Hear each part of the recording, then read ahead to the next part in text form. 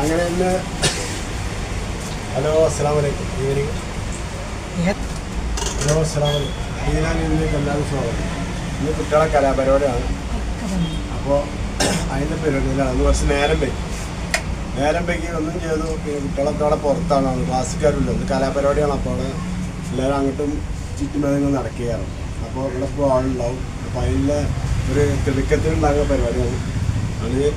പിന്നെ വീടുകളിൽ കുറച്ചൊക്കെ എടുക്കാൻ പറ്റുള്ളൂ. അത് എടുത്തുകൊണ്ട് നിൽക്കുകയാണ് കടികൾ ഉണ്ടാക്കുന്നത്.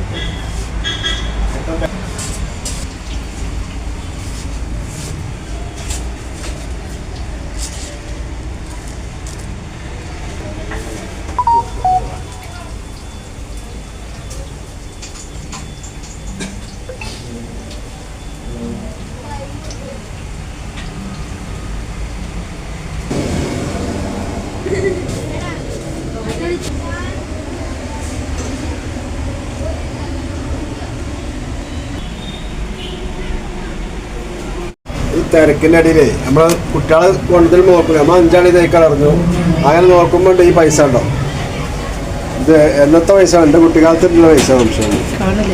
ഇതായ്മ മറ്റേ വൈറ്റ് റോഡ് മാച്ചുകാട്ടൊക്കെ കൊടുന്നു നിൽക്കുക. ഇങ്ങനത്തെ കുറേ പറ്റിച്ച കുട്ടികളുണ്ട് നമ്മുടെ ഇടയിൽ. ഇതെത്ര ആരായി എന്താ എനിക്കറിയില്ല. ഇത് 5 റുപ്യേൻ്റെ കൊട്ടൻ്റെ വലിപ്പം തോന്നി നമുക്ക്.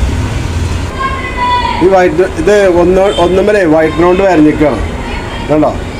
ഇതൊരു കുട്ടികളെ കൊടുന്ന് നിൽക്കുകയാണ്. എങ്ങനെ മുട്ടായി വാങ്ങാൻ എങ്ങനെ കുട്ടികൾക്ക് ഇപ്പം തിരക്കിലൊന്നും നോക്കാൻ കഴിയില്ല.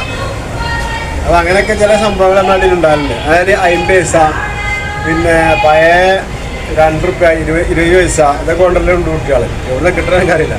കുട്ടികൾക്ക് തന്നെ മുട്ടായി വേണം. അതാണ് ഉദ്ദേശം കേട്ടോ.